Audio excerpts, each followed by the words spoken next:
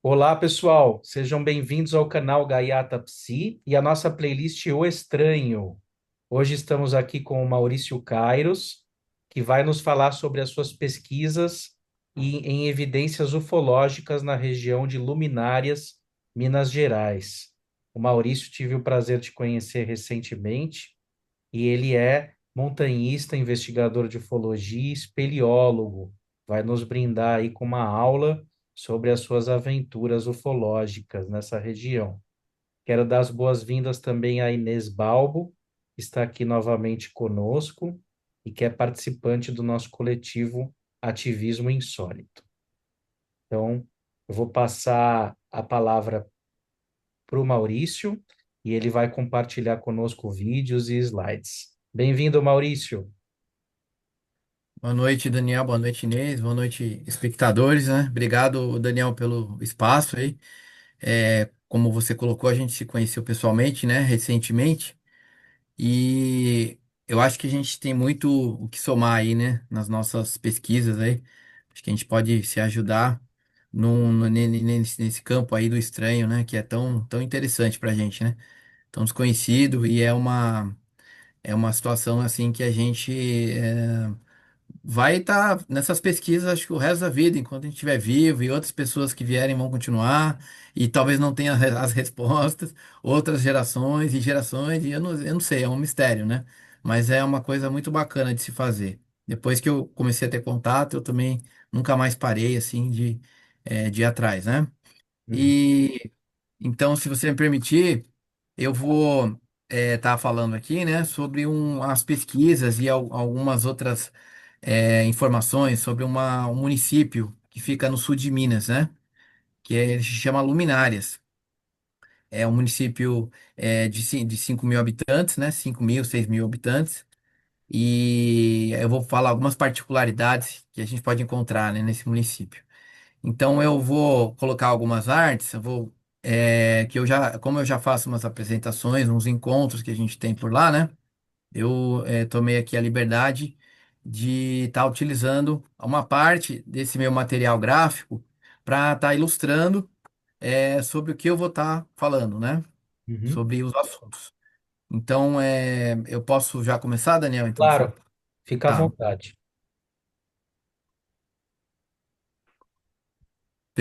Vamos ver se agora sobe, né? Vamos ver. Sim. Eu já carreguei aqui. Tá aparecendo aí para vocês a primeira arte.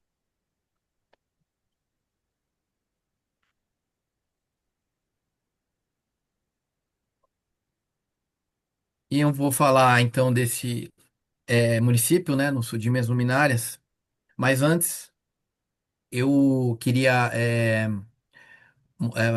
tá passando para vocês, né, que eu sou montanhista, espeleólogo e pesquisador também de campo, né. Mas eu não sou ufólogo, tá? Não me considero um ufólogo, apesar de eu ter as minhas experiências ufológicas e muitas, né? Realmente bastante mesmo, mas eu contribuo com a ufologia, contribuo com os ufólogos, né, os canais e quem faz um estudo sério, seriado disso, né? É, então com a minha pesquisa, essa apresentação, então, que eu vou fazer agora, utilizando essas ilustrações, né? E se tudo der certo, os vídeos carregarem também, eu vou fazer uma apresentação minha rapidamente, né? Depois eu vou contextualizar luminárias, sua história, arqueologia e espeleologia e finalmente falar sobre alguns dos fenômenos anômalos que acontecem pela região, né? Evidências, apresentar evidências, né? Na forma de vídeos e fotos e um pouco da casuística também, tá? Então eu desenvolvo o montanhismo, espeleologia, as pesquisas, tudo por hobby. Eu não sou profissional em nenhuma dessas áreas, tá? Sempre foi um hobby para mim. Há 25 anos que eu sou montanhista e espeleólogo mais recente, né? E pesquisador um pouco mais recente ainda, sobre o desconhecido. A minha profissão eu sou microempresário, né? Eu tenho uma confecção, então eu faço isso quando me sobra tempo, na realidade, né?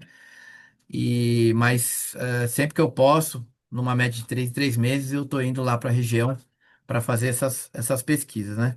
Então eu sempre tive uma paixão pela natureza, né? Que desde cedo me impeliu a essa interação mais aproximada com esses ambientes naturais.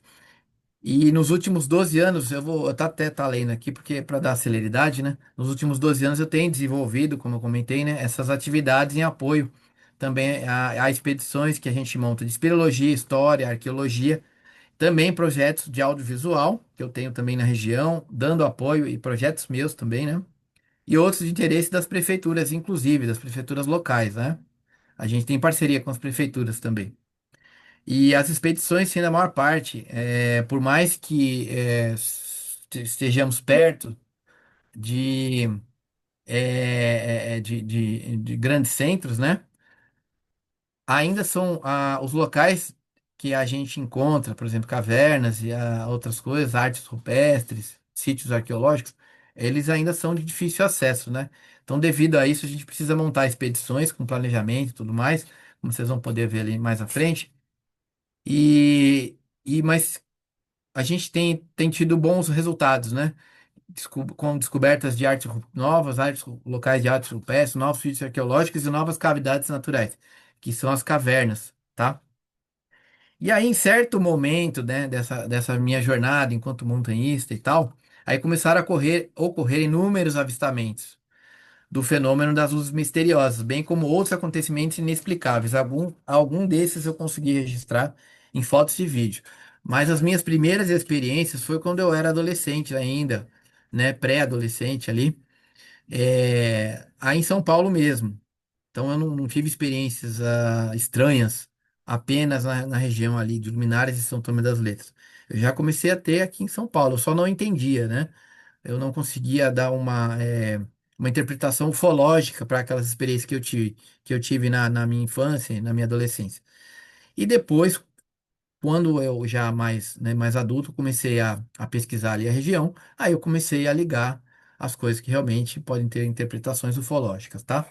Então eu vou passar aqui, então já fiz a minha apresentação, né? Agora eu vou falar sobre, então, essa cidade que está em questão, que é esse município do sul de Minas, que é Luminárias, tá? Eu já vou chegar também no porquê que essa cidade tem esse nome, que é muito interessante. Então, iluminada com sua geografia e clima privilegiados, que desenharam sua natureza exuberante, esse bucólico município mineiro de 6 mil habitantes fica a cerca dessa média de 350 quilômetros, na realidade é 380 de São Paulo, 300 de Belo Horizonte, um pouco mais do Rio de Janeiro. Então tá entre três grandes centros, tá? Essa região. E sua economia ela é dividida entre a extração do quartzito, que é aquela pedra mineira que o pessoal usa muito para fazer piscina, decoração, né?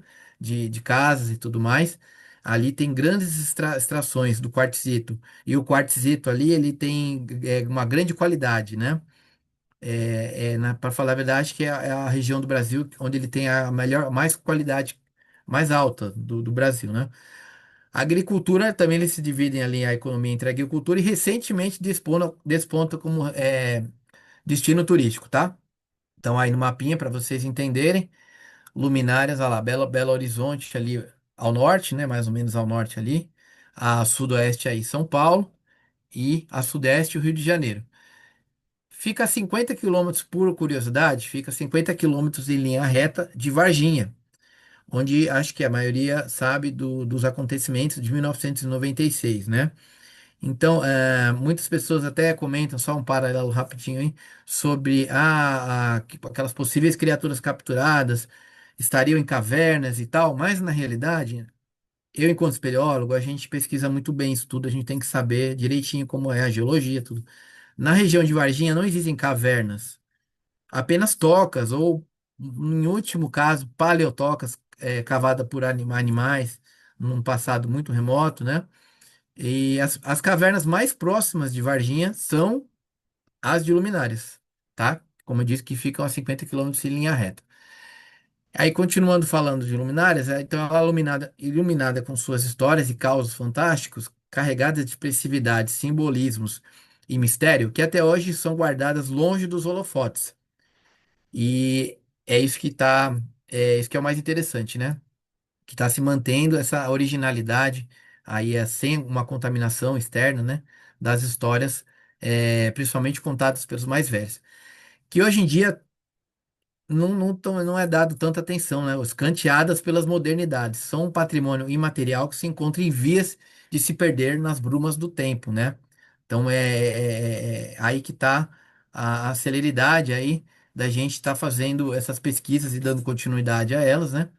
Porque os detentores dessas histórias, as testemunhas, daqui a pouco elas não existem mais, né?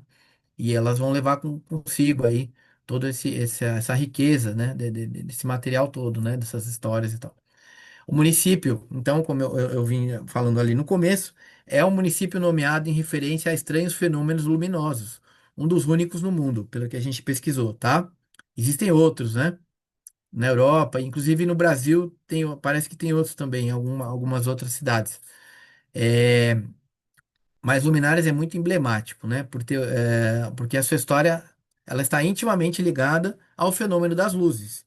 Então, vamos passar aqui rapidamente para mostrar para vocês também algumas das belezas, né, naturais, que é a Serra de São José, Cachoeira da Serra Grande, Pico do Cruzeiro em Luminárias, Grutas do Inferno. Tem centenas de locais, tá? Nesse município, com belezas naturais, cachoeiras, cavernas. E é um município de 500 quilômetros quadrados, é muito grande também, né? Que a gente fala, eu vou pesquisar a vida inteira ali, eu vou morrer e ainda não vou conseguir descobrir tudo que tem lá. Então é aí que está a dificuldade toda da pesquisa, né? Bom, rapidamente falando aqui, pegando aquelas minhas artes que eu já tenho prontas, da minha apresentação, nós temos aqui desde a época dos índios, né, os cataguases, os cropós que habitavam ali a região, eles eram nômades na realidade, né? Eles não eram habitantes fixos. Eles transitavam pela região, mas eles já indicavam essa região, né, da Serra das Luminárias como região das luzes e passaram essa informação, inclusive, para os colonizadores, né? Um local que já apresentava essas manifestações dessas luzes. É, posteriormente aí, né, vieram aí os exploradores, né, os colonizadores, então os bandeirantes e tudo mais, e dizimaram toda a população indígena e tudo pela região, né, por causa do ciclo do ouro lá que eles tentaram. Inclusive nessa região especificamente, eles tentaram fazer o ciclo do ouro, não teve muito sucesso, não tiveram muitas jazidas que valessem a pena ali. E sim a estrada o caminho do ouro, né? Que passava ali de Mariana, Ouro Preto e vinha para Paraty, pro litoral, passava ali do lado em Carrancas, né? Ali sim, então ficou estabelecido. E esse local, né? Chamado até inclusive de Deserto Dourado ali, logo então se transformou. Não tendo mais aquela tentativa da busca do ouro, frenética pelo ouro, né? Passar então a ocupar o território ali com lavouras, pecuária, outras atividades ali, tá? É, aí a originalidade de luminárias dos nomes, né? Ah lá, locais nomeados. Eu vou até ler aqui que vai ficar mais fácil. Esse aqui é uma cópia de um mapa de 1793, tá? Aí, de acordo com uma carta aliás, uma carta sertanista, né? Desse ano, apresentada no livro Iluminando Rumos do Caminho Velho da Estrada Real, antes mesmo da formação do Arraial, ou seja, nem existia a cidade ainda, já se observavam locais com nomes comuns na região, como por exemplo, Serra das Luminárias, Ribeirão das Luminárias e Fazenda das Luminárias. Ou seja, toda a região já era conhecida como região das Luminárias em referência ao fenômeno, né? Eu acho que agora o vídeo não vai abrir, realmente, ele não está abrindo aqui. Então aí a gente tem que o caminho do Ouro, né, passava ali em Carrancas, que é o município vizinho, ó, à direita ali, né, a leste de Luminárias. Mas esse caminho não passava por Luminárias. E sim, era uma ligação entre o caminho velho que passava mais ou menos ali na região da Fernão Dias, a atual Fernão Dias, né, que liga Belo Horizonte a São Paulo, com o Caminho Novo. Então ficou meio que um caminho de ligação. Isso na época da colonização. Então, aí agora entrando um pouco na questão do isolamento do município, né? O município, eu vou ler também para dar celeridade, o município até meados dos anos 50 permaneceu no relativo isolamento devido a dificuldades de acesso, como a falta de estradas e a distância dos grandes centros urbanos. Os meios de comunicação também ainda não apresentavam a velocidade dos dias atuais, permitindo que os detentores da oralidade ainda fossem a autoridade, de forma que essas histórias não sofreram nenhum tipo de contaminação oriunda da massificação da cultura globalizada da atualidade, né? Então, as mesmas histórias que eles contam hoje, eles ouviam dos avós na década de 40, na década de 50, 60, 70, e além deles ter sido testemunhas também, né? E outras de outros fenômenos e tal, ouvia também dos avós. Então, ou seja, as histórias vieram de geração em geração e a gente pode pensar numa questão mas houve uma contaminação, né? Hoje em dia, por exemplo, tem meio de comunicação, desde a década de não sei lá quanto, lá de 70 vai, chegou a televisão lá, eles poderiam ver na televisão um filme falando sobre alienígenas, sobre aparelhos que descem. Mas não, antes disso eles já contavam sobre isso, ou seja, né? Então, para mim isso é um forte indicativo de que essas histórias são realmente originais, né? Outro fato bem interessante dessa cidade, desse município, né? A bandeira. Então ela tem duas estrelas, uma no céu, né? E a outra abaixo da linha do horizonte. Isso é muito simbólico, né? Inclusive a senhora que fez o desenho dessa bandeira, né? A Marilda Conceição Maia Amaral, desenhou uma bela bandeira de luminárias na década de 70 e procurou adicionar elementos os quais remetessem à história, às belezas e virtudes do município. Um desses elementos é a estrela amarela abaixo da linha do horizonte. Segundo a própria autora, além de representar as riquezas, refere-se à própria luz que deu origem à cidade, né? Então, ou seja, até na bandeira a gente pode encontrar referência às luzes, né? Então, passado esse breve histórico aí da cidade, tá? A gente tem um grupo também lá, que eu sou o coordenador, de estudo das cavernas. Tanto descoberta de novas cavidades naturais, porque na região tem muitas cavernas, nessa geologia que é o quartzito, que aí está exemplificando bem nessa foto. E inclusive o termo que o pessoal usa muito lá, inclusive um grande amigo nosso, que é uma testemunha também dos fenômenos, fala, as montanhas aqui são tudo ocada. Então, o que isso quer dizer? Que elas são cheias de buracos, túnel, eles chamam de buraco-túnel, que na realidade são cavidades naturais, né? São as cavernas, que a gente está fazendo essas pesquisas, tanto descobrindo novas, quanto um trabalho de mapeamento das que foram encontradas, né? E as cavernas, depois vocês vão entender no final qual a relação também das cavernas, da arte rupestre, tudo com esses mistérios, né? Eu faço uma relação. Na minha visão, elas estão todos interligados, né? É, as explorações em cavernas, devido à falta de técnicas e equipamentos adequados, sempre foi um impeditivo para explorações mais profundas, principalmente nessas regiões, mais nos sertões do Brasil, né? Então existia muito aquela questão do misticismo, né? De não entrar numa caverna por medo de que ali era um buraco do inferno, de ter os bichos, realmente tem, claro, mas assim, sabendo, né, lidar, tudo, de não ter essa questão dos equipamentos adequados para fazer uma descida vertical e tudo mais, né? Então sempre foram impeditivos. Então o pessoal que sabia onde eram as entradas dessa caverna, a maior parte dessas cavernas não foi explorada. Isso que está sendo feito agora por nós, com técnica, né, com conhecimento, com tudo que a gente pode entrar aí.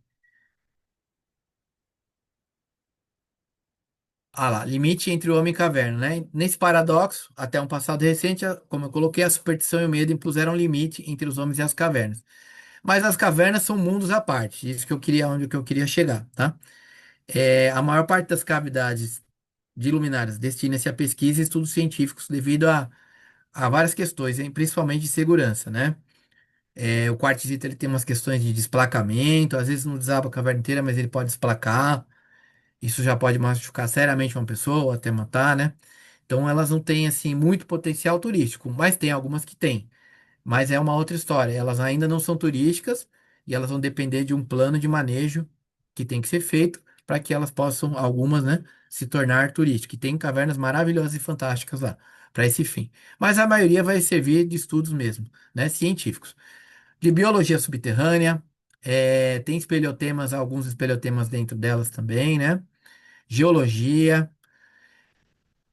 As cavernas são ecossistemas únicos, né? Elas abrigam ecossistemas completos, com fauna, flora específica e rara.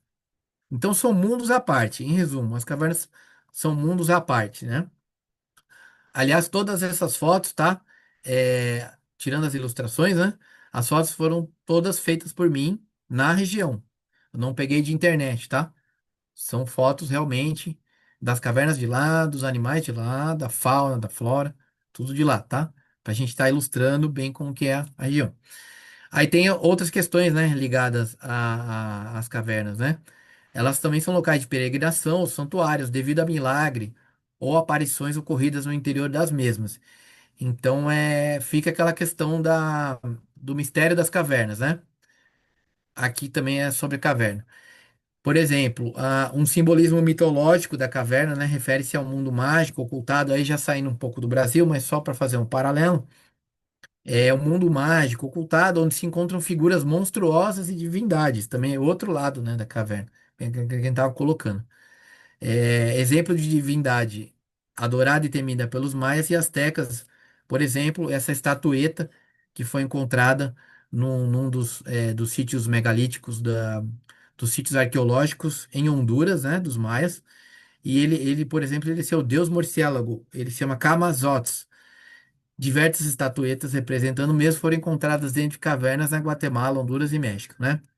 Então esse é um exemplo daí das divindades monstruosas, né? Das cavernas que eles podem imaginar que lá existam. Já entrando agora em arte rupestre, tá? Isso, aqui.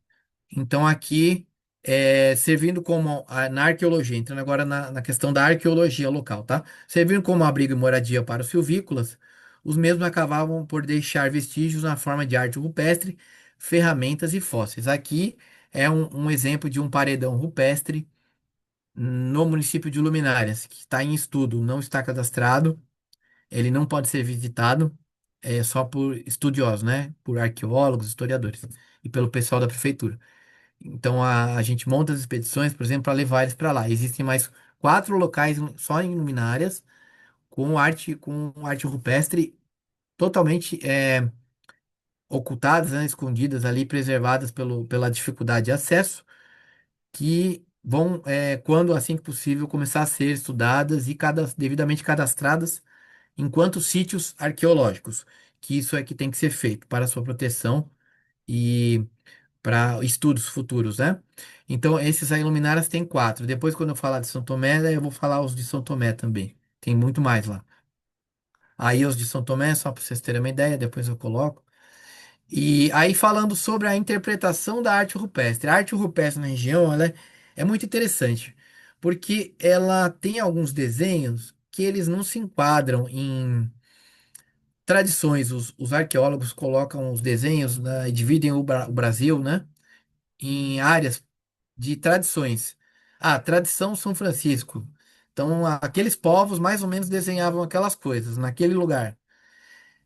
Luminárias e São Tomé, depois vocês vão ver também quando eu puder falar de São Tomé, ele não se enquadra, esses municípios, alguns dos desenhos não se enquadram em nenhuma tradição. Isso está intrigando um pouco os arqueólogos, né? Então, colocando aqui, ó, por exemplo, entretanto, alguns desenhos apresentam conteúdo simbólico, como não se enquadram também, por apresentar, por exemplo, conteúdo simbólico enigmático, de grande complexidade, ainda de caráter abstrato, sua sofisticada elaboração demandaria certo grau de conhecimento e raciocínio lógico. Esse aqui também eu não devia ter trazido para cá, porque é do São Tomé, depois eu falo, mas serve para ilustrar. Um painel rupestre pintado no teto de uma toca, né? E pouco estudo que foi feito ali, parece muito ter a ver com alguma coisa que eles observavam no céu. Contagem de tempo, fases lunares, alguma coisa astronômica, né? Aí é um outro exemplo de um lugar também que agora hoje em dia a gente, nessa época que eu fui ainda conseguia chegar, hoje em dia está terminantemente proibido ir aí porque é uma área militar, né? Tem duas ou mais figuras, né? No Pico do Gavião, que é bem na divisa com São Tomé das Letras, dentro de uma área militar. Então hoje em dia o exército proibiu, fechou tudo, só vai, passa guia, mas não passa perto aqui, que está fazendo passeio lá em cima, em certos horários. Aqui eu dei uma ressaltada com um aplicativo, né? Para poder a gente enxergar principalmente a diferença de cores. Então é outra coisa curiosa da região. As pinturas rupestres não são feitas apenas com a cor, na cor vermelha, né? Como normalmente elas são encontradas pelo país. Então eles utilizam outras cores aqui, por exemplo, pelo menos o branco e o amarelo. E o amarelo é muito estranho, que parece que eles queriam representar alguma coisa que tivesse iluminada com o amarelo, né? Que fazendo uma referência a um fogo, alguma coisa assim. Aqui, outras pinturas que eu também ressaltei, né? Porque veja bem, as pinturas rupestres da região, elas são calculadas, né? No mínimo de 2.000 anos e no máximo de 15.000 anos. Então, elas estão nessa faixa. Então, elas estão bem deterioradas. Então, para que a gente me enxergue um pouco melhor, né, os desenhos, a gente, por exemplo, aqui eu dei uma ressaltada no Photoshop. Elas não são assim, né? Elas são mais deterioradas, mas quando a gente vai visitar pessoalmente, dá para ver perfeitamente que elas ainda estão lá, né? Mas o que chama a atenção são para os desenhos, né? Você vejam, tem desenhos geométricos aqui. Ou seja, não bate com aquela questão de bichinho, né? Que eles faziam. Simples desenhos sem pretensão nenhuma, né? A da caça, o hominho caçando, jogando a flecha no bichinho. Isso aqui foge, né? Isso aqui foge. Tem várias na região que fogem, nas de São Tomé, quando eu puder falar também, foge completamente dessa interpretação, né? Então eu acho isso muito interessante, né? Padrões geométricos. Inclusive essa pintura anterior, eu fiquei procurando ela há 10 anos, porque eu tinha informação dela por causa desse livro aqui, que foi escrito por um pesquisador que já faleceu da região, né? E eu até achava que era mentira, que ele por onde ele indicava que poderia estar, né? Mas também ilustra como é difícil ali o deslocamento, né, na região ali, né? Como os locais são de difícil acesso realmente, né? E aí, finalmente, depois de 10 anos, encontramos o painel realmente num lugar muito difícil acesso, né? Tem que montar expedições realmente planejadas para ir até lá. Não dá para chegar e entrar e, vou lá. Então, a questão da arte rupestre, né? Encerrando aqui, eu chamo a atenção para a estranheza, dos desenhos. Aí voltando um pouco em história, mas aqui só para ilustrar também, né? Olha só, uma reportagem de 1985, um jornal de Minas. Pontos luminosos e inexplicáveis dão origem ao nome. Já reportagem, ó, de 1985, sobre a região, né? Aqui, entrando um pouco na casuística, dos fenômenos, eu acho que eu passei um pouco aqui. Não, mas eu já vou, então, eu já fiz a introdução, agora eu vou entrar, agora então, nas evidências do fenômeno, né? E um pouco de casuística. Aqui nós temos, então, foram retirados de um livro, né, que foi escrito com algumas pessoas, essas já estão falecidas, né? Mas elas participaram de um livro, né? Contaram um pouco das suas histórias de vida, não só ligado a esses mistérios, ao desconhecido, mas sobre toda a vida delas, como foi ali na cidade. Um trabalho muito bacana do pessoal que fez aí, né? Se eu não me engano, de Belo Horizonte, que é o livro que chama Memórias Iluminadas. E, e aí eles deixavam as pessoas à vontade para elas falarem das experiências delas, o que mais tinha marcado a vida delas e tal. E alguns, né, uma boa parte deles teve contato, teve avistamento com as luzes, né, e outros mistérios que a gente vai colocar aí aqui ainda. Então, por exemplo, aqui, o senhor Jorge Ferreira Carvalho, né, isso não é mentira. Eu extraí apenas um pedacinho, né, do texto dele ali, né? Isso não é mentira, tinha uma luz, eu vi. A dona Yolanda Gomes de Mello. Todo dia essa luz aparecia ali, era amarelada.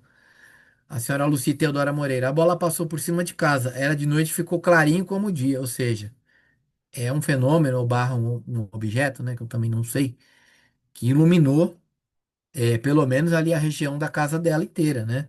Então, ou seja, eram avistados é, objetos ou fenômenos pequenos, né? E também maiores. No livro, então, aí falando, né, aqui tá aqui Paulo Moraes, Andressa Gonçalves é o livro. Então ele conta, né, então sobre várias situações aí da vida dessas pessoas, tá? Bom, entrando então aqui em casuística, né?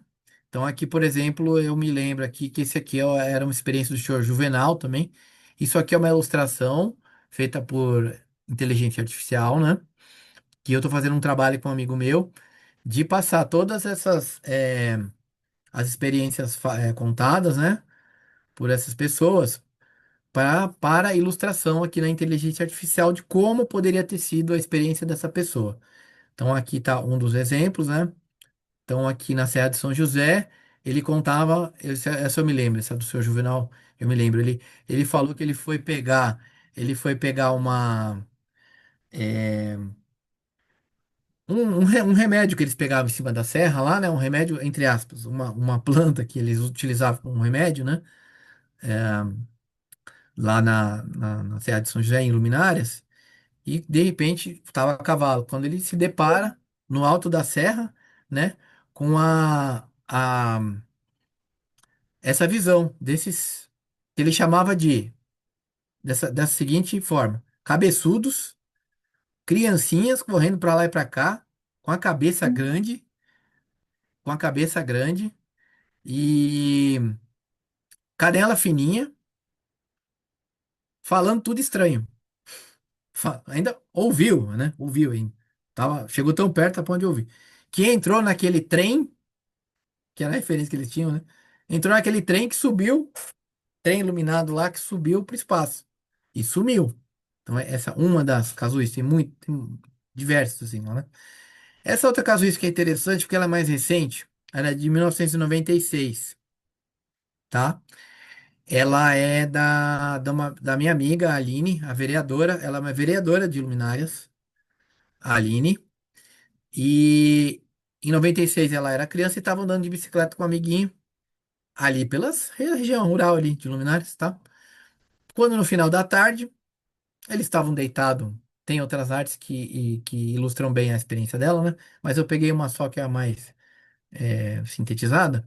Eles estavam deitados descansando depois de estar andando de bicicleta, de repente veio esse aparelho ali no final da tarde com essa luz, como eles falam também, né, que o dia virou noite, não era a noite ainda, né, mas enfim, iluminou de tal forma que parecia um sol ali em cima deles e eles se assustaram tremendamente, saíram correndo, e largaram as bicicletas para trás, saíram correndo pela estrada, né, de terra e depois que o negócio passou, que eles se jogaram ali no mato ali para se esconder.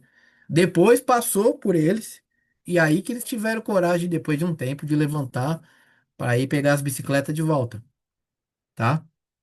Essa outra casuística também, do senhor Oliveira Peixoto Arantes, ele estava tirando leite ali na fazenda Pedra Branca, se eu lembro também, é na divisa com Ingaí.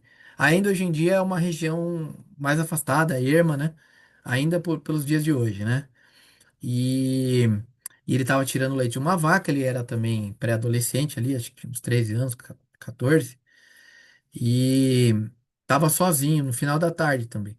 Quando ele observa uma criança estranha, ele fala, entre aspas, uma criança estranha, começou a se aproximar da onde ele estava ali com as vacas, né? E ficou parado do lado de lá da cerca olhando para ele, só que aí ele percebeu que não era uma criança normal. Ele fala assim, né? Ele conta que era uma criança com os olhos vermelhos. E ele fala que não era desse mundo. É isso que ele fala, não era uma criança desse mundo. É a referência que ele tinha por causa da altura, né? Que era uma criança. E aí ele resolveu começou a tentar uma conversa com essa criança, né? E ele perguntou: Ô menino, cadê sua mãe? Cadê seu pai? Aquela coisa de menino, você é filho de quem? Não, não tinha resposta, né? Da onde você veio? E aí ele resolveu esticar a mão e tocar nessa criança. Aí ele tomou um choque, que ele foi para trás assim, né? E saiu correndo. Tomou um choque na hora que deu a mão para essa, entre aspas, essa criança, né? Que ele fala que era uma criança de outro mundo. É, tem uma. Nessa questão também da casuística, né? Eles comentam muito, mas demais mesmo. Eu diria que, olha, até mais que as luzes, de uma criatura que vive no Rio Engaia, é num rio que é dentro do município ali, né? Inclusive essa foto aqui eu que tirei, e eu pedi pro meu amigo fazer o encaixe da criatura ali, bem onde ela foi avistada, que é nesse conjunto de cavernas que chama Cavernas do Inferno. E essa criatura eles descreveram como um macaco peludo com garras, né? Com garras afiadas, que vivia no rio. Evitava o contato com humanos. Saía para tomar sol antes do almoço. Sempre, era um padrão. Ninguém, raramente avistavam ele à tarde. Saía para tomar sol antes do almoço. Quando os humanos chegavam perto, viam ele geralmente de lado, de costa. Às vezes ele virava a cabeça para olhar e mergulhava no rio. É, que mais? Muito estranho. Eles chamam de nego d'água, né? Nego d'água. Não é uma Não é uma descrição que tenha só em luminárias, tem no Brasil inteiro. A diferença do nego d'água de luminárias é que, por mais que ele fosse uma criatura que tivesse envolvida ali, sempre em relação com o rio, se escondia no rio, mergulhava na hora que via o contato com o humano, mas não só isso, eu já vou entrar também numa outra experiência que aconteceu um pouco mais contundente. Ele, diferente, por exemplo, do nego d'água que é descrito no Rio São Francisco. O Nego d'Água do Rio São Francisco e do norte de Minas, ele tem aparentemente, pelo que falam, uma adaptação para aquática. Então ele tem membranas entre os dedos, né? Os lá do norte do Brasil. Enquanto que esse aqui não, ele é descrito como um macaco. E todo mundo que eu conversei, que eu pergunto, mas o Nego d'Água é o quê? É uma entidade? É um demônio? É um ser desconhecido de outro planeta? Eles falam, não, é um macaco. Então isso é muito curioso, né? Assim, pode se tratar de um caso de criptozoologia, de uma espécie que existiu, eu não sei, realmente eu não sei, mas eu acho que tem que deixar bem aberto isso, né? Não, não ligo muito assim com a ufologia, mas pendo mais a acreditar de um caso de criptozoologia, mas estranho que ele não tem adaptação para viver no meio aquático, né? E ele mergulha, segundo os moradores, né? E muitos moradores viram ele, realmente muitos. Inclusive, ele chegou a atacar canoas. Diz que quando eles pescavam muito peixe, hoje em dia não tem mais tanto peixe nesse rio, né? Tem, mas não com a abundância que existia antigamente. Então é como se ele fosse um guardião do rio. Ele não deixava você levar o barco muito cheio de peixe. Se você enchesse demais, ele meio que pulava no barco com as mãos e tentava virar o barco. E certa vez tem uma história que, inclusive, depois, mais lá na frente também, eu tô pesquisando, né? Um dos barqueiros deu uma faca usada na mão dele, dessa criatura, e a mão caiu dentro do barco. E eles ficaram com a mão. E essa mão diz que existiam luminárias até bem pouco tempo atrás. Que eles penduraram lá na parede, deixaram. Depois ela apodreceu, né? Acho que eles não cuidaram direito, né? Enfim. E então isso também é muito curioso, né? Se a gente pudesse realmente ter contato com essa mão e fazer uma análise, seria de grande valia, né? Eu Tem acredito, alguma mas eu foto? acredito que também que ela não exista mais. Tem algum Sim. registro dessa mão, alguma foto? Então, eu tô pesquisando ainda. É, Mas todo mundo fala que ficou na casa do fulano de tal, pendurado na parede de tal, que todo mundo ia lá ver, entendeu? É a mão do Nego d'Água. A mão do Nego d'Água que cortou, acho que foi o Nego Garcia que cortou. Foi o Nego Garcia. Salvo não esteja enganado. Era um dos caçadores lá de décadas atrás, né? Gente, eu tô falando. Vocês querem fazer alguma colocação, alguma pergunta?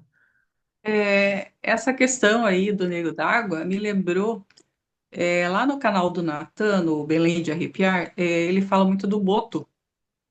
E ele tem muita similaridade, assim, porque essas aparições, elas estão dentro do... é um homem, né, ou humanoide, né? Uma figura humanoide que, quando alguém chega perto, ele mergulha, né? Isso. Então, eu acho que ela está dentro dessa casuística também, É, desse contexto. Aham. isso. Talvez o viés de crença e de interpretação de uma região para outra, ela mude, mas ela tem o mesmo padrão, me parece. Sim. É, no Brasil inteiro, né? No Brasil inteiro. Pelo que eu pesquisei, acho que isso, talvez na região sul, que eu não me lembro de ter ouvido falar. Então, aqui, eu Na também não região ouvi falar, né? Eu acho que mais para cima, né? mais pra cima é bem, até mais do que ali, né? Acho que seria a primeira região do sul para norte do Brasil que começa a se falar dessa criatura, né? Aí daí pra cima meu, bastante, muito. Aqui, lá no canal do Natan mesmo, teve um relato de uma pessoa aqui dessa região do Quiriri, aqui de Santa Catarina. Também luzes, né? Todo esse É. fenômeno, né? Que está correlacionado. E ele tinha um relato, eu não me lembro quem era a pessoa, mas de uma pescaria, que ele estava numa baía ali da região, Uhum. e uma figura humanoide, ele emergiu da água para tentar acessar o barco dele. Tava ele e o pai dele. O pai dele disse que foi muito assustador, assim, madrugada, tal. Mas foi o único relato que eu ouvi vindo, assim, subindo da água, com esse contexto. Mas de resto, para mim é lá para cima que eu também vejo. Sim. Você quer perguntar alguma coisa, Daniel? Tá, não, tá muito interessante. Eu tô com vontade de organizar uma expedição com vocês aí para ir para lá. Vamos. Posso continuar então? Pode continuar. Tá. Gente, assim, eu, pelo tempo é, não tão alongado, né? Eu tenho bem mais experiência, bem mais, inclusive, arte e tal, mas não daria tempo de colocar tudo, é muita coisa, realmente, né? Até de fotos minhas e tal. Então, eu selecionei alguns, né, mais interessantes, assim. Alguns também, veja bem, acho que até comentei isso com o Daniel, estão em investigação ainda. Então eu não gosto de falar enquanto a gente não tem certeza, né, de que se trata de uma coisa desconhecida, né? Então há alguns que estão em investigação também, tanto de seres quanto do fenômeno e das luzes, né? Ainda tem investigação para a gente eliminar também outras possibilidades que poderiam ser em tal época e tal época, mas tem muita coisa mesmo. Essa aqui é bem interessante também.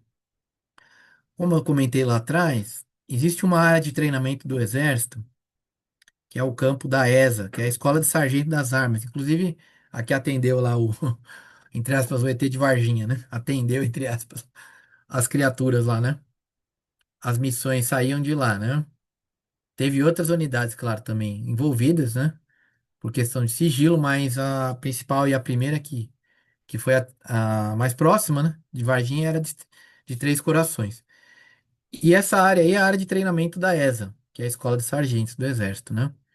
Um grande amigo meu, que eu não vou poder falar o nome dele, e que é meu guia de montanha, inclusive, um dos meus grandes guias de montanha, é, teve essa experiência nesse campo de treinamento, que é bem na divisa de Luminárias com São Tomé das Letras.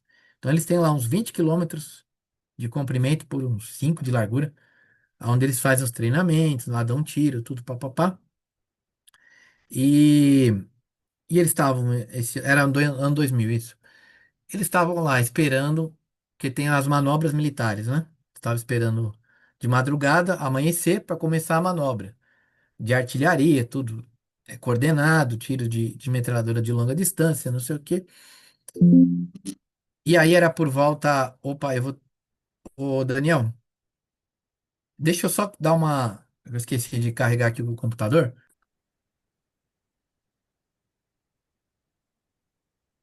E então eles estavam reunidos para aguardar ali o amanhecer, né? Pra iniciar as atividades de treinamento.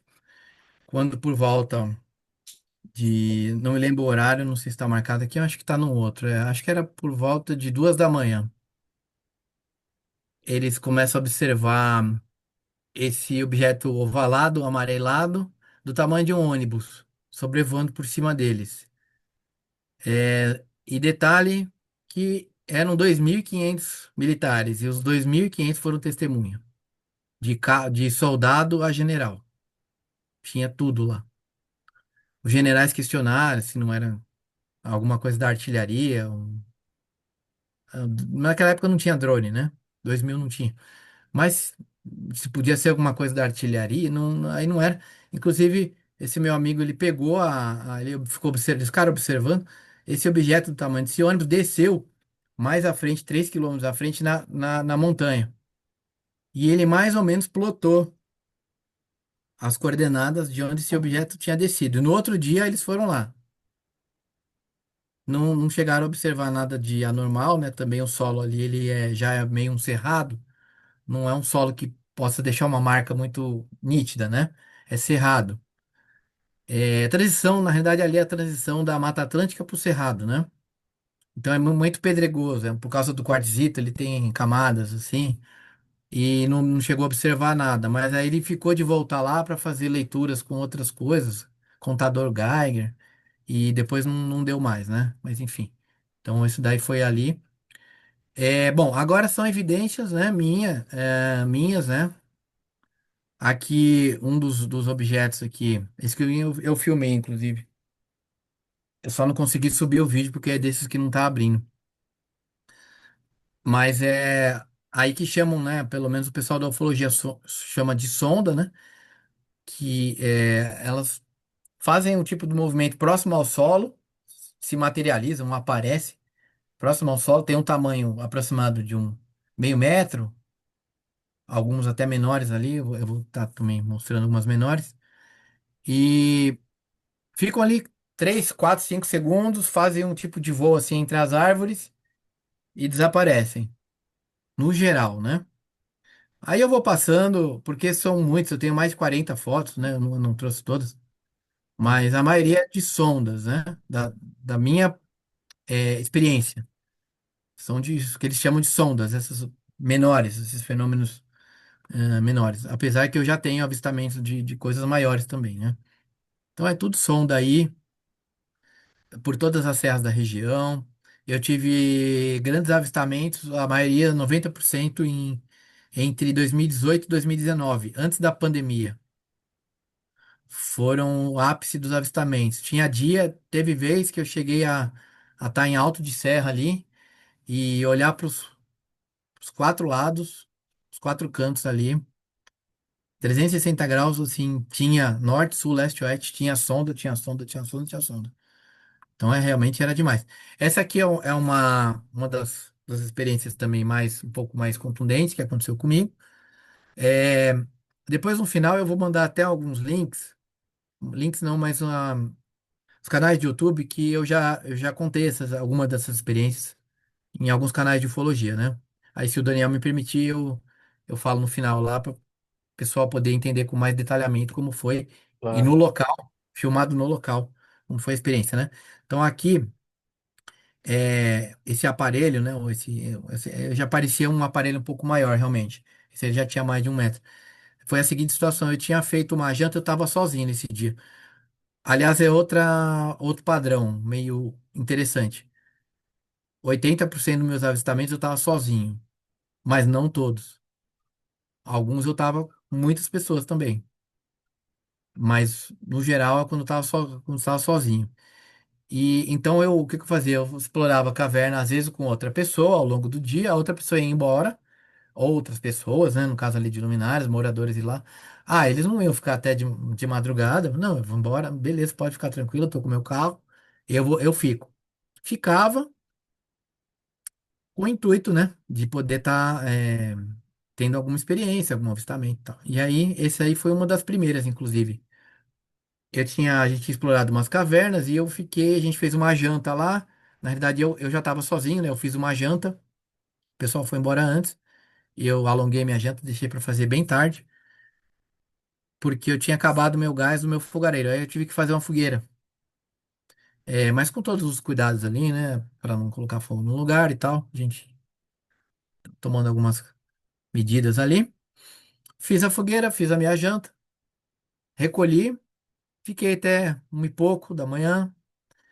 Aí subi uma trilha que já não estava mais próxima do carro, de onde o carro estava estacionando. Peguei o carro e fui embora.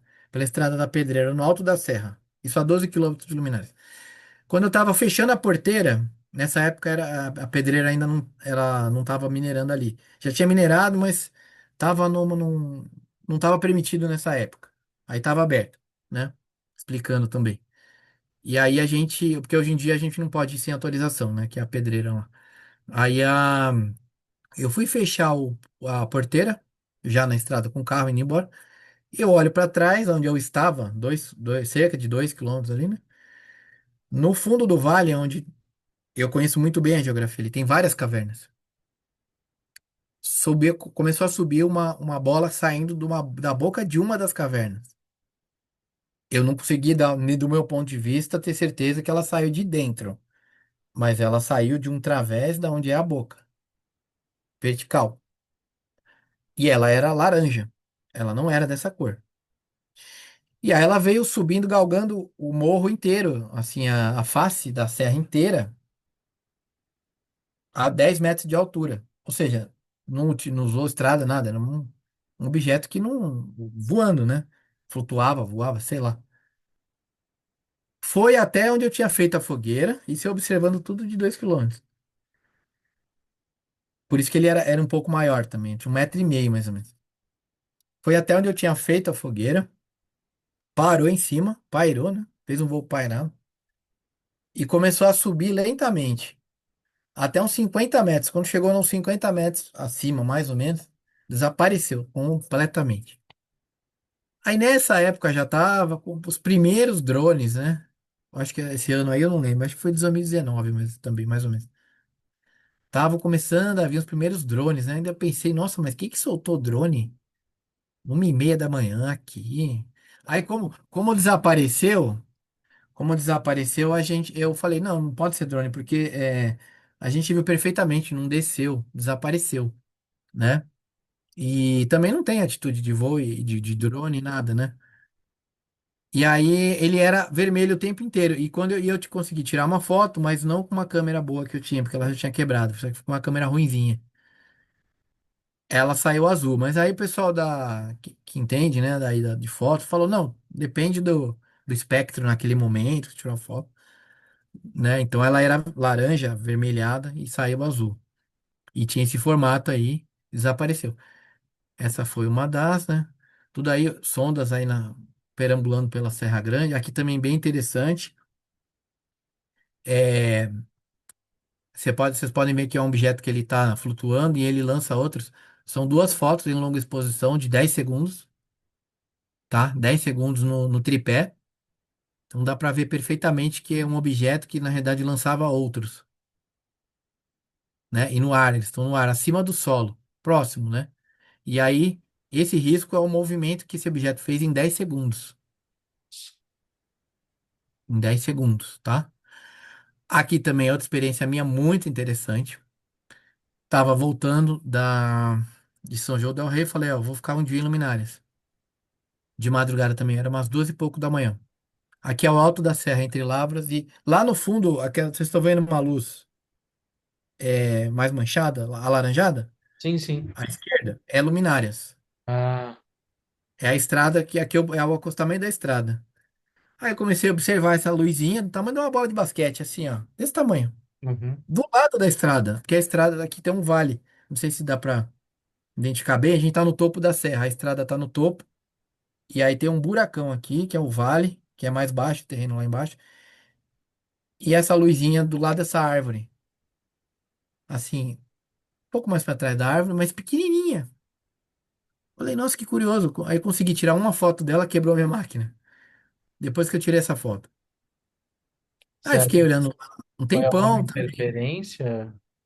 Não, não, porque eu perdi muita câmera na região, porque o quartzito, ele deixa um pauzinho muito fino. E entrava no mecanismo da máquina, eu já Ah, sabia que ela estava quebrando. tá. Eu não associo, não. Não associo. Aí eu Viu, falei, Maurício? pode falar. Só deixa eu fazer um parênteses. Aquele caso anterior que você falou da história da fogueira, porque, pelo que eu entendi, foi totalmente intencional, né? Ah, A então, voltando lá, tinha uma cena, eu apaguei tudo, né? Eu esqueci de falar. Eu apaguei a fogueira completamente, para não ter perigo de incêndio. Só que fica uma assinatura térmica no solo. Então, e Fica- foi fica- a trajetória foi totalmente intencional. Ele foi lá para inspecionar. Nossa, Eu lembrei demais. de um caso, Foi no ponto certo, foi no ponto certo. pois é, eu lembrei de um caso. Agora, eu não sei se é do Bob Pratt, eu não, se é dos casos do livro dele. Eu já li várias pesquisas ali na região norte e nordeste, né? Tem um caso Certo. de um senhor que ele morava na região rural e ele saía também de madrugada. E ele acendia o cigarro dele. Quando Olha, acendia o cigarro, aquela luz que estava lá na serra, ele fazia, pelo jeito, né? Ele localizava a assinatura térmica e ele chegava. Ó, E como tinha, daí o pessoal interessante. ficava com medo, e ali na região eles falaram: olha, tipo, não, se forem andar de noite no escuro, porque o pessoal fumava, cigarrilha de palha, essas coisas, Sim. não acenda o cigarro. Caramba. Ficou assim como um padrão de segurança, né? Porque naquela região, como tinha muita abdução ali, de puxar, né, da pessoa ser sugada para aquela luz, eles também tinham aquela recomendação de vá para baixo de uma árvore, se segura em algum lugar, porque era como eles tinham como se proteger. E tinha essa questão da assinatura térmica, eu achei bem interessante. Ainda bem que você não estava lá. Às vezes realmente. Não, eu tive uma situação pior já, uma situação mais foi uma única. Acho que tá aí a foto, eu já vou falar, né? Mas é interessante. Você falou, depois eu recordei mesmo dessa questão aí desse policiamento que eles faziam para andar à noite, né? Entre É, outras coisas, né? Não andar sozinho, isso mesmo. né? Então. Você vê, é um fenômeno, ou, né, um acontecimento aí que parece que tem um certo padrão, né?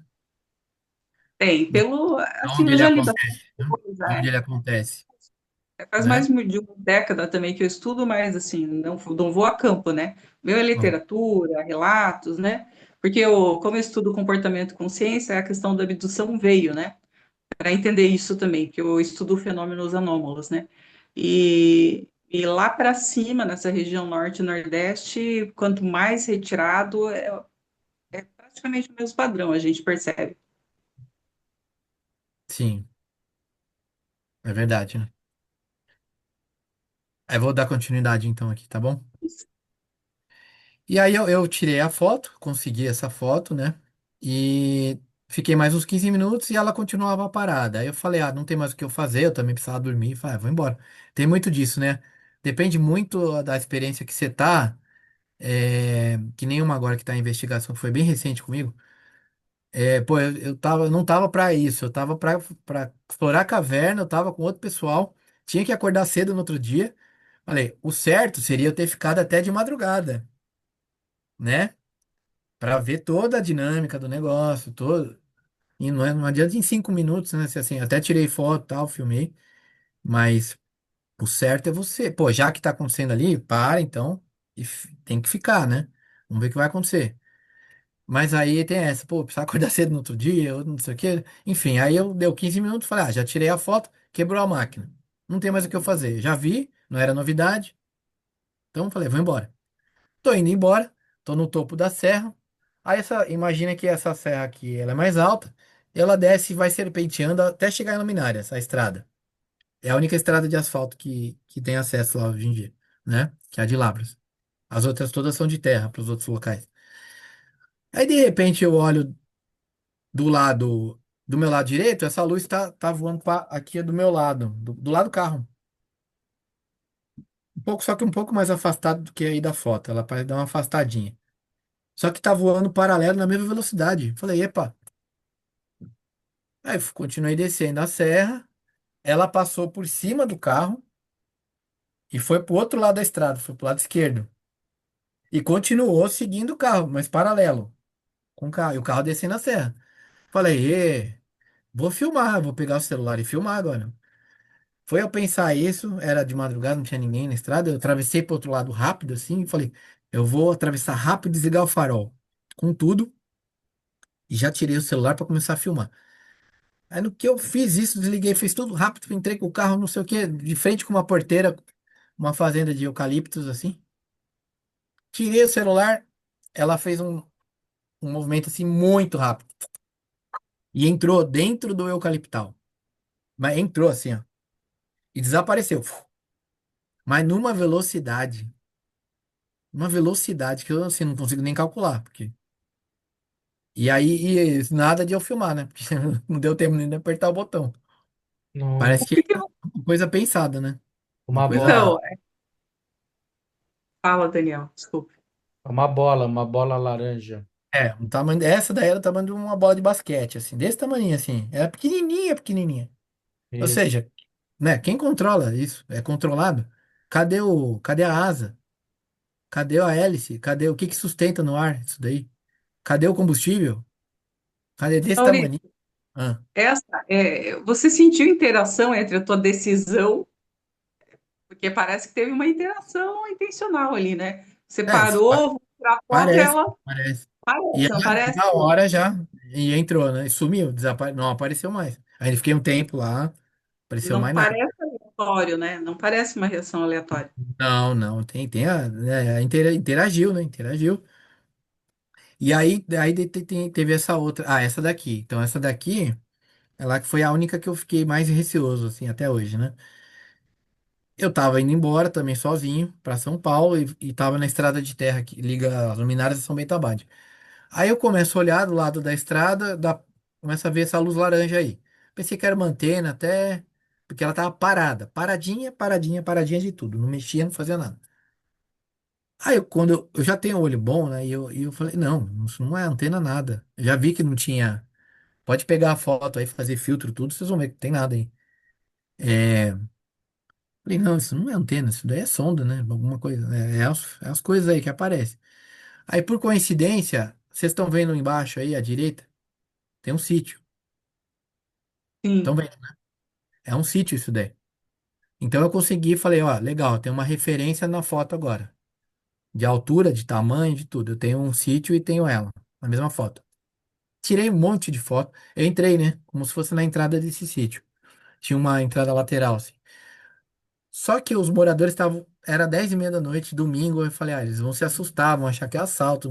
Desliguei o farol e parei o carro antes de chegar no sítio. Mas da onde eu tava era mais alto. Eu fiquei a 70 metros dela, né? E ela tava assim, a 10 metros de altura do sítio. 10, 12, por aí. Em cima do sítio mesmo. Os moradores lá dentro, assim, ouvindo música, tudo normal. Aí eu falei, nossa, que doido, né? Também tirei várias fotos, né? Mas paradinha, não fazia nada. Aí eu falei, quer saber? Não é? Eu vou chegar mais perto. Dessa vez eu vou chegar mais perto. Foi eu pensar isso, do lado direito tinha uma mata, bem fechada. Parecia uma mata primária, né? Mas dava pra olhar, ver que era bem fechado. E eu falei, eu vou soltar o freio de mão do carro de novo, vou aproveitar que é uma descida, eu não vou nem ligar o carro, pra poder descer mais lá na frente e chegar mais perto ainda. Aí, no que eu vou entrando no carro, eu olho nessa mata aí, um pulso de luz azul, assim. Deu dois pulsos, assim, e fez um barulho, parecia uma máquina de lavar. Dentro da mata, fez. Subiu dois pulsos azul, assim, mais azulado. Não era um objeto. Era só uma luz espalhada. Não dá pra explicar o que que era, não consigo explicar. Assim, assim, deu dois pulsos e fez esse barulho. Aí eu fiquei, eu não falo que medo, né? Que medo a gente não pode ter, né? Senão a gente não faz nada aí nessas áreas aí, né? Não explora, não faz nada. Mas eu fiquei com receio. Eu fiquei com receio, eu entendi como um recado, tipo, não chega mais perto. Eu entendi assim, como um recado, entendeu? Daí eu entrei no carro e fui embora. E ela ficou parada lá. Eu já tinha tirado um monte de foto mesmo, né? Entrei no carro e fui embora. Essa foi a vez que eu fiquei com receio. E é assim, não parece coincidência, porque você pensa em agir e de Em novo ela fazer, tem uma reação. em dar o Ela tem próximo uma passo, reação. né? É, então, é o que a gente fala de comunicação mental, psíquica, né? Até nas edições, esses relatos são muito presentes, né? De comunicação dentro da cabeça, eu ouvi voz na minha cabeça, né? Então, Uhum, assim, isso é. Por isso que eu também acho que não é aleatório. Eu entendo assim. entendi. Aí é uma das. Eu tenho vídeo também, mas eu também não. Eu preciso ver onde que tá esse vídeo aqui que eu não localizei. Mas o meu amigo que filmou tem. É um amigo meu, que é policial também, atirador de elite do helicóptero, ou seja, da área da aeronáutica. Ele que fotografou e filmou, porque o meu celular tava sem bateria. Eu tinha levado ele para fazer um passeio lá, tava eu, a esposa dele e meu outro amigo.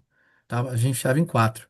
E aí essa sonda apareceu do lado do Pico do Cruzeiro. De dia ela começou a subir, ó, tá vendo? Tá do lado direito, hein? E até anoitecer, meia hora, 40 minutos, ela foi deslocando devagarzinho para cima. Aí desapareceu. E tem uns 10 minutos ele conseguiu filmar. Aqui foi uma das últimas experiências minha, que foi com a minha família também, na região da Usina da Fumaça, lá de Luminários. Que essa daqui, depois eu mando o link também, que acho que vai ficar mais fácil de explicar. E, bom,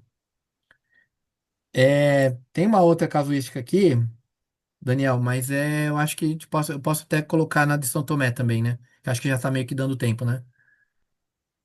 Sim, eu acho que a gente pode, nesse momento, já engatilhar Tá. o vídeo com o próximo e fazer um convite, né, para o pessoal nos seguir no próximo Tá. vídeo sobre Vamos ver se abre, né? Aí não vai abrir, hein? Chama a pena.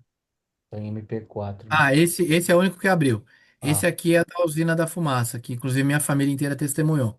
Minhas duas filhas, de 7 e 11 anos, e minha esposa também. Inclusive eu que tô virando o celular aí para uma placa pra saber onde a gente tá, né? Que tá tudo escuro, mas enfim, dá pra ver a placa aí, né? Sim. sim, Então ela tava ali. Aí reconheci. quando eu voltei pra filmar ela mais, ela desapareceu.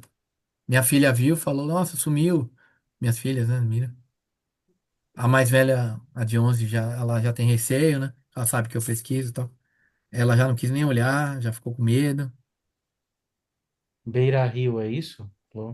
Floresta Beira Rio? Não, acho que Usina das Flores, é que é perto de uma pousada ali, na região Ah, tá, tá. quilômetros de Luminárias. Essa aqui não é muito longe, não.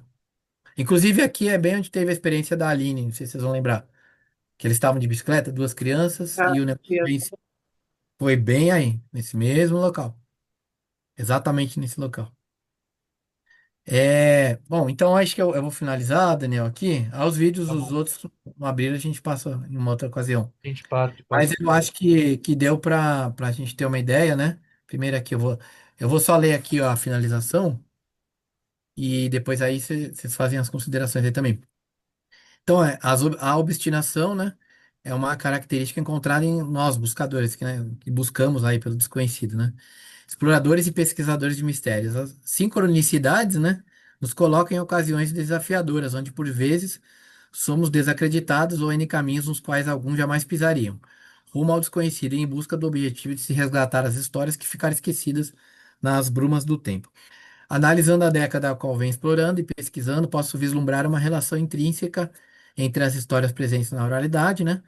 Aí, como eu coloquei, as cavernas, as pinturas rupestres, os objetos e as luzes, bem como os outros mistérios, consolidando definitivamente o inexplicável na região, né? As muitas perguntas sem respostas justificam a contínua e dedicada pesquisa, na região. Aí uma citação do Blaise Pascal, né? O homem está sempre disposto a negar tudo aquilo que não compreende, né? E Sensacional. Eu, inclusive, puxa, tô feliz aí com a casuística que não só você coletou, né, de relatos, mas que você mesmo vivenciou com registros, né? E tô animado para ir para Luminárias com você, a Inês. certamente que vai vir com a gente também. E por falar em sincronicidade, esse primeiro parágrafo aqui da obstinação traz exatamente coisas que eu estou escrevendo num texto aí que me convidaram para falar sobre a saúde mental do ufólogo, percalços e desafios na busca pela verdade. E eu justamente falo dessas mesmas características aí, né? Que Saúde a mental. a angústia, a solidão, né, são típicos de quem quer tomar a pílula vermelha, né, as pessoas que querem saber os bastidores da realidade É, e mas que no fim a gente é brindado com o extraordinário, né? Esse acaba e, sendo a nossa recompensa, né? e é o que eu falo também, Daniel, se me permitisse para finalizar, Sim. pelo menos para mim, eu te falo, é uma coisa que virou um vício. Eu Uhum. não vivo mais, eu não vivo mais sem estar em busca do desconhecido. Cara, se eu fico assim sem ir 3 meses em campo, seja em caverna ou atrás dessas coisas tudo, quando eu tenho um espaço muito grande entre um avistamento e outro, eu fico preocupado, eu já fico, sabe, ansioso, parece que eu tô naquela abstinência, sabe, uma abstinência típico de droga mesmo, de álcool, essas Sim, coisas. sim, né? Dá um barato mesmo, né? Nossa, cara, nossa, depois que eu passei a ter contato com desconhecido, eu falo, é uma coisa que você não larga mais, né? Porque cada vez que você vai, você novas pecinhas no quebra-cabeça ali Sim, e que você nem sabe se vai ter o quadro completo, né? Até em vida, né? E provavelmente não, né? E, cara, é muito interessante, muito legal. Eu fico muito satisfeito de poder. E contribuir também, né? Com quem faz pesquisa de verdade, né? Da ufologia, né? sim. Ufólogos mesmo, profissionais, né?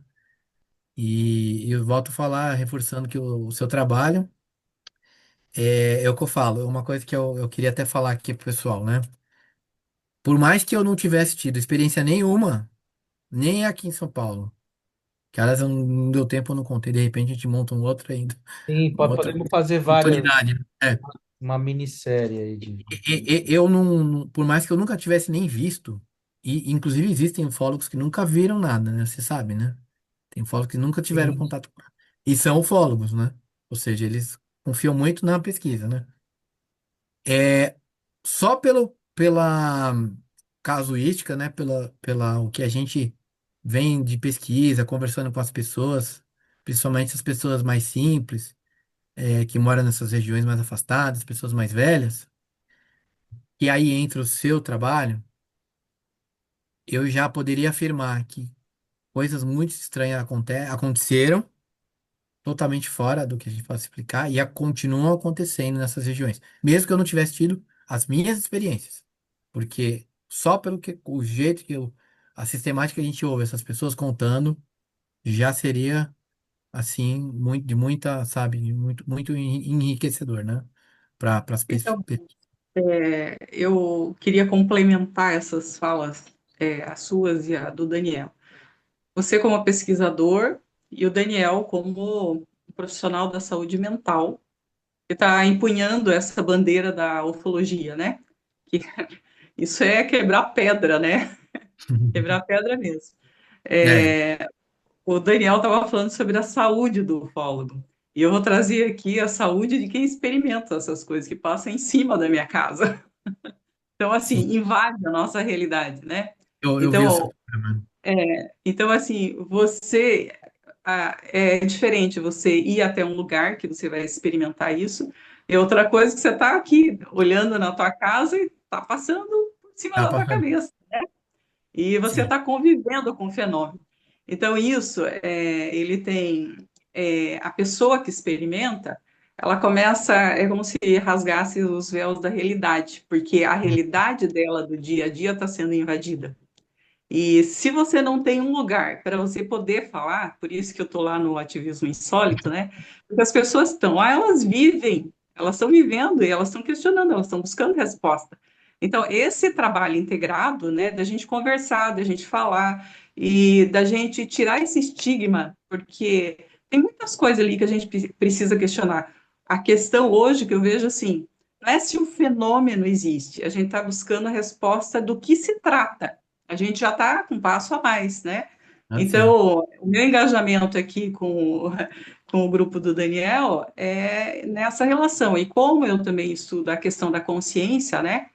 Essa, toda essa casuística, como você enxerga o mundo, porque a realidade minha mudou, né? Meu parâmetro mudou.